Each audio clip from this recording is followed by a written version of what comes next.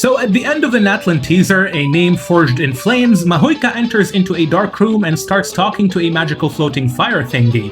And that made me raise an eyebrow and go, ooh, magical floating fire thingy. Very bright, fire, light, moth, senora! That, just now, was a lot of extrapolation using my imagination to get to this sensation, so instead of getting lost in all of this contemplation, let us focus on predicting what's gonna happen in this nation. And for that, we will of course need to do some speculation. First and foremost, let us clarify a few things, starting with this woman, Mavuika. Unless the location currently shown on screen is where you reside, you are probably already aware that Mavuika is most likely the god of war, and we can almost guarantee this, not necessarily because of what she looks like, but rather because she talks to this magical floating fire thingy. Yeah, this fire thingy is very important, keep it in mind, I will get to it in a few minutes. Before I do though, let's quickly go over her appearance. Many plot-relevant characters in Genshin are designed by HoYoverse to resemble or represent significant characters from Honkai Impact. These characters are known as XPs, reoccurring figures that appear across different games. Excellent examples of these are Himeko, who is a direct copy-pasta of Yae Sakura, and El Haytham, who is a direct copy-pasta of Su. But this is something that I suspect you all know unless your full name is Patrick Star. In a similar fashion, the Archons in Genshin are all XPs of one or more Honkai characters, and Mavuika in particular is the XP of a super special character called Himeko Murata, who at one point in time was going to be the protagonist of HoYoverse's first ever game, The Legend of Saha. Now, a video like this is going to get a maximum of around 3,000 to 4,000 views. However, in case you are one of the few people who are new here, The Legend of Saha was HoYoverse's first ever game, before they were even known as miHoYo. It's a very simple flash game that was developed by the company's founder, Tsai Yu, between 2009 to 2010 for a student competition in college. Mind you, Tsai Yu worked as the lead producer of Genshin Impact, which is extremely relevant as Genshin is practically the spiritual successor of The Legend of Saha. Now, there is this really cool Reddit thread that I have talked about many times before, which goes over The Legend of Saha. The link to it will be in the description of this video, and I highly recommend that you check it out. To get straight to the point, if you take a look at one of the original concept arts for The Legend of Saha's protagonist, Mise Nanatsuki,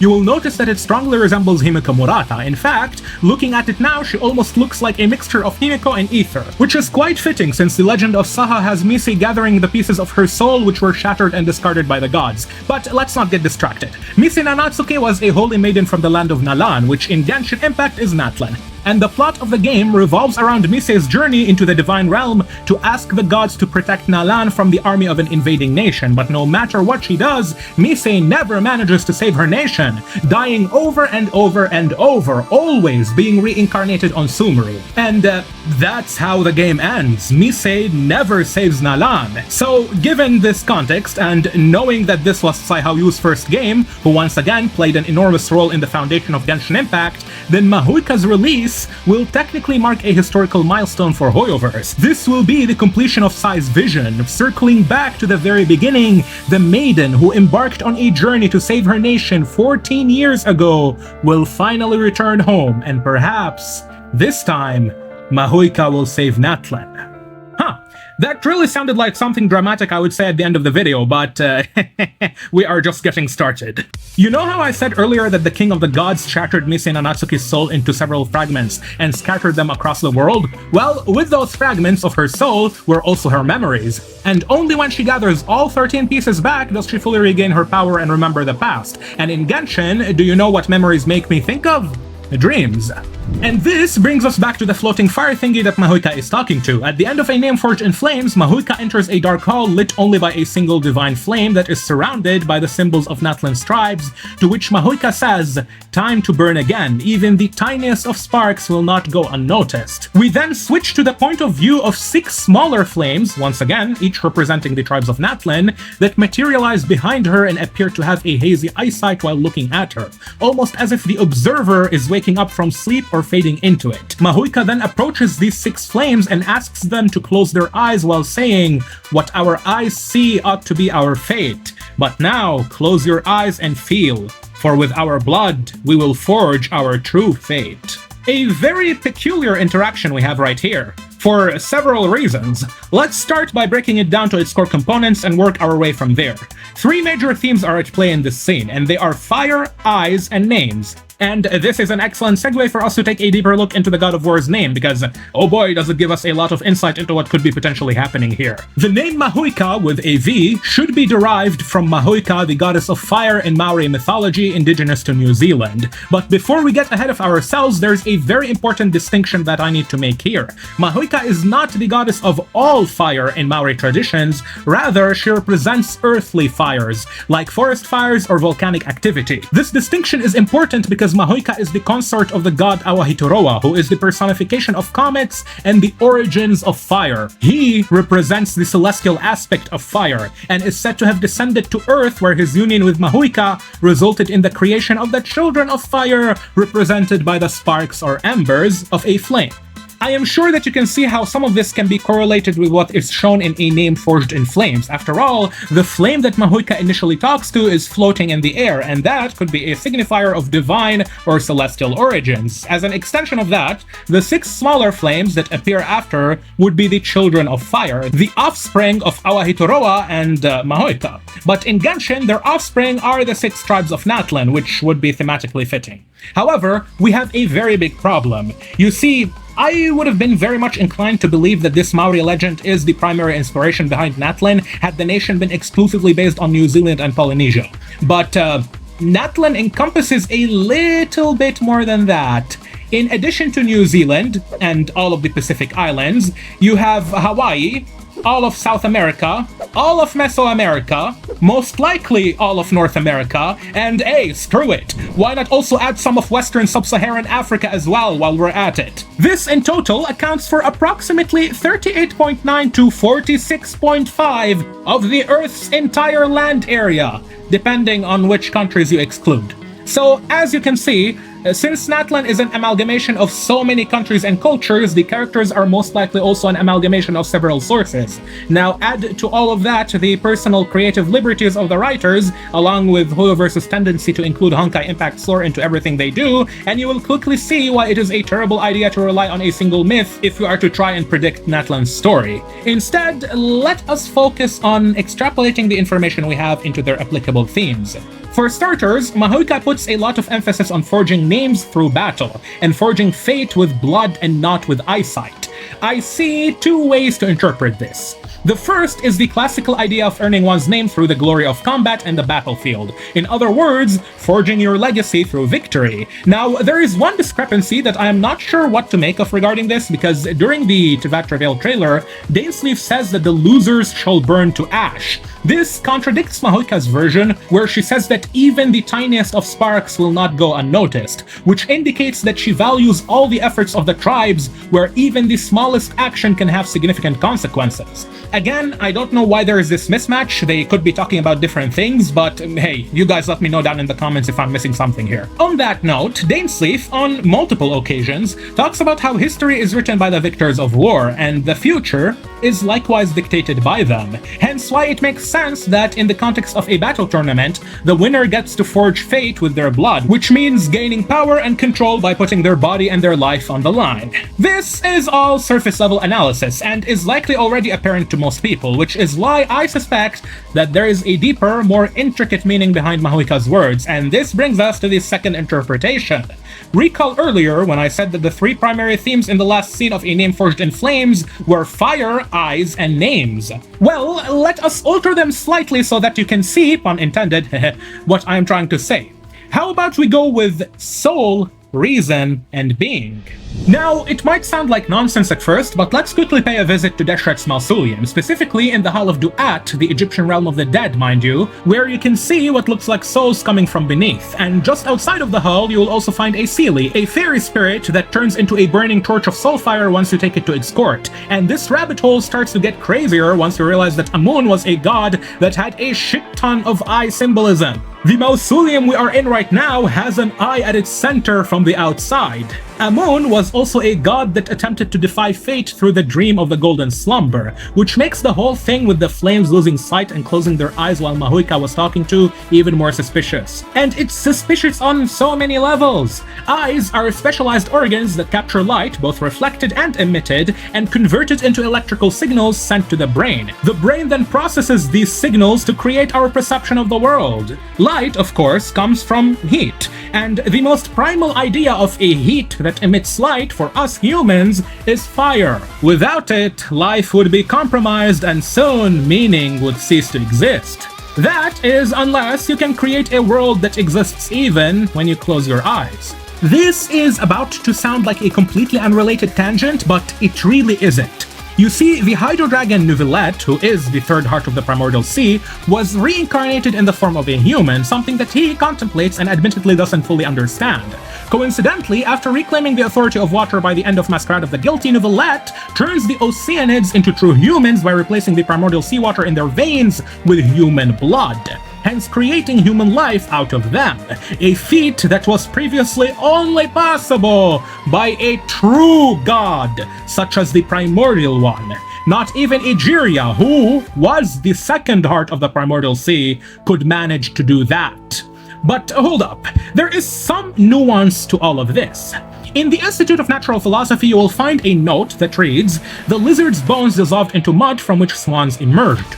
Assuming that the lizard here is the previous Hydro Sovereign, then the swans would be the Oceanids created from his corpse by the goddess Egeria. What's interesting about this is that the Oceanids are likened to fairies on many occasions, and Oceanids are not alone in this. The Pari of the Vorokasha Oasis are also fairies who had a similar enough birthing method to the Oceanids. And for an example much closer to home, the Melusines were also born from the carcass of the abyssal dragon, Elinas. And there is this one special Melusine called Pashiv, who is nicknamed the Fairy of Irenaeus and happens to have a very good relationship with Vishaps.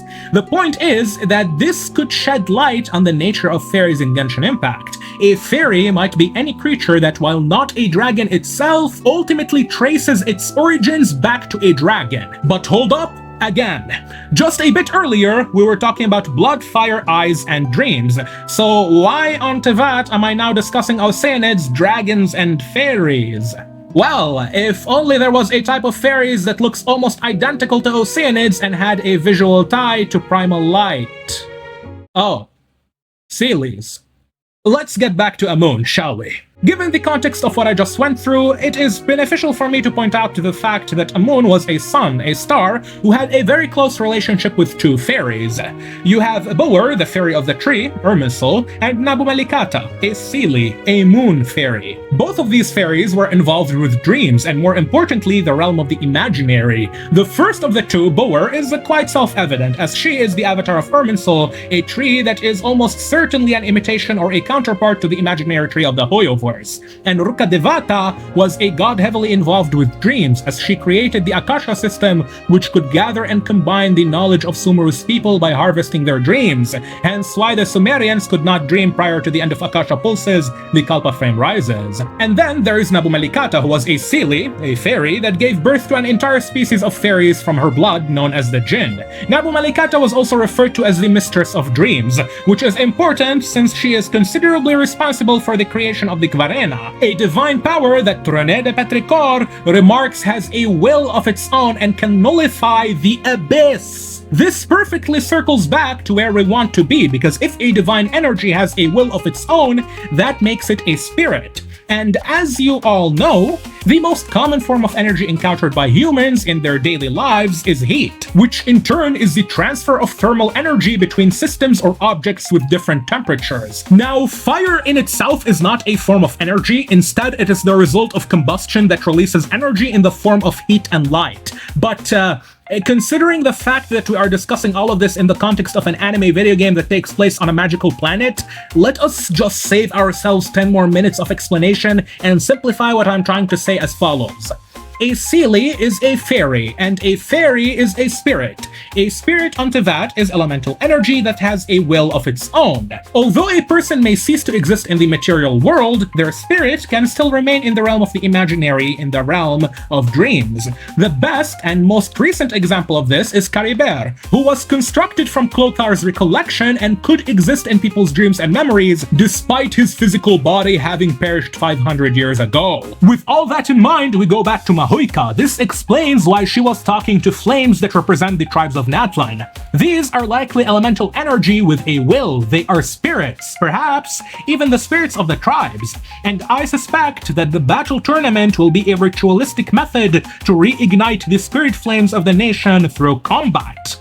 And don't be surprised if that actually ends up being the case. We already have 3 situations where people's wishes end up being harvested as power into that. As you all know, imagination is a fundamental prerequisite for dreams, since it allows us to create and visualize scenarios, ideas, and images that aren't immediately present or real. Dreams, whether they occur during sleep or as aspirations and goals, are essentially products of our imaginative capabilities. They draw upon our experiences, thoughts, and creative processes, all of which are powered by our ability to imagine. Now, someone's dream can also be seen as their wish, and as mentioned earlier, Rukkhadevata harvested the jnana energy of the people of Sumeru, stripping them of the ability to dream. This is one example. Another example is with Focalors, who conducted the Trials of Fontaine as an excuse to convert people's faith into indemnitium, which she later used to execute herself and destroy the Hydro Archon's throne, preventing the ascension of anyone after her. The third example I have actually happened in Inazuma, when Himeko helped the Traveler harness the wishes and ambitions of the Vision Wielders as power that was used to defeat Beelzebul in her realm of consciousness. What's going on in Natlan is likely going to be another iteration of that, and it would be certainly very fitting because the gods of the legend of Saha got their powers by granting the wishes of the people. This is why Mise Nanatsuki could never save her nation. It is because the combined wishes of the invading army that sought to destroy and conquer Natlan were far greater than her single wish, and thus the gods favored them more. However, I think that what's going on in Natlan is a bit different. I suspect that the people of Natlan are losing their spirit, and with it, the fire of their 6 tribes is fading.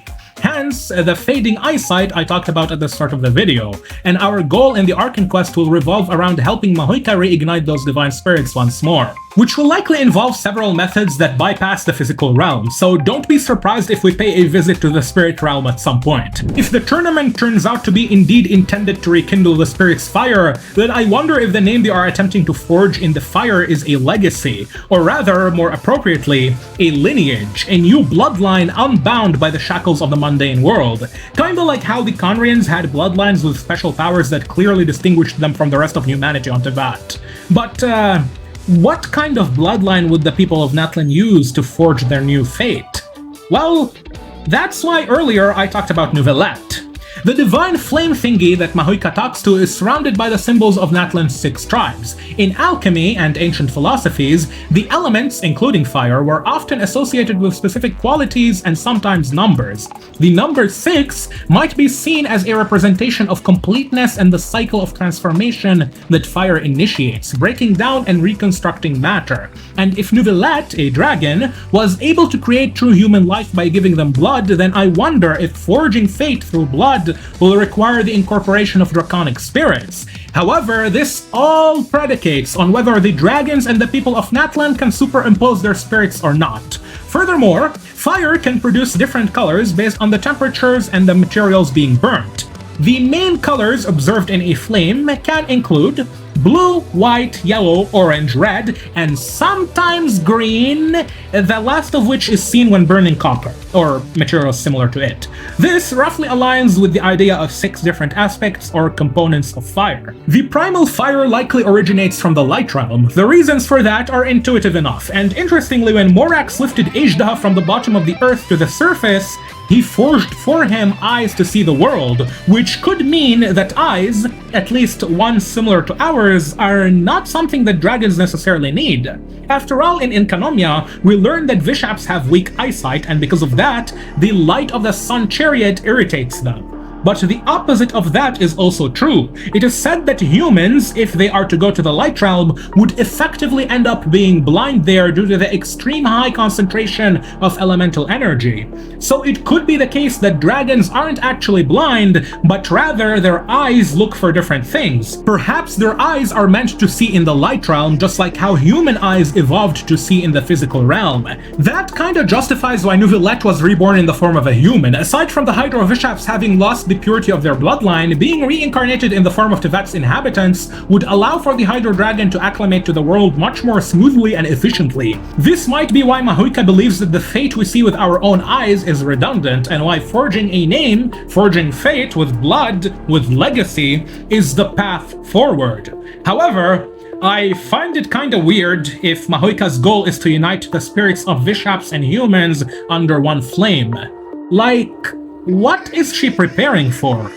Maybe draconic spirits are what's needed to survive or overpower the Abyss? Maybe that's what the Conrians have, which is why they, and Fontanian Oceanids, are the only ones capable of transforming into abyssal creatures under the right circumstances, while all other humans are corrupted instead. I think that the land of Natlan itself has lost its connection with the spirit of the Primal Fire after the Cataclysm of Conria, or some other abyssal catastrophe. And one of the most significant portions of the traveler's journey there will be to fan the divine flames once more to combat the encroaching abyss. This will definitely require the cooperation of both humans and dragons. Uniting the 6 tribes and the dragons against the common enemy is most likely Mavuika's plan, and the only way to effectively destroy the Abyss.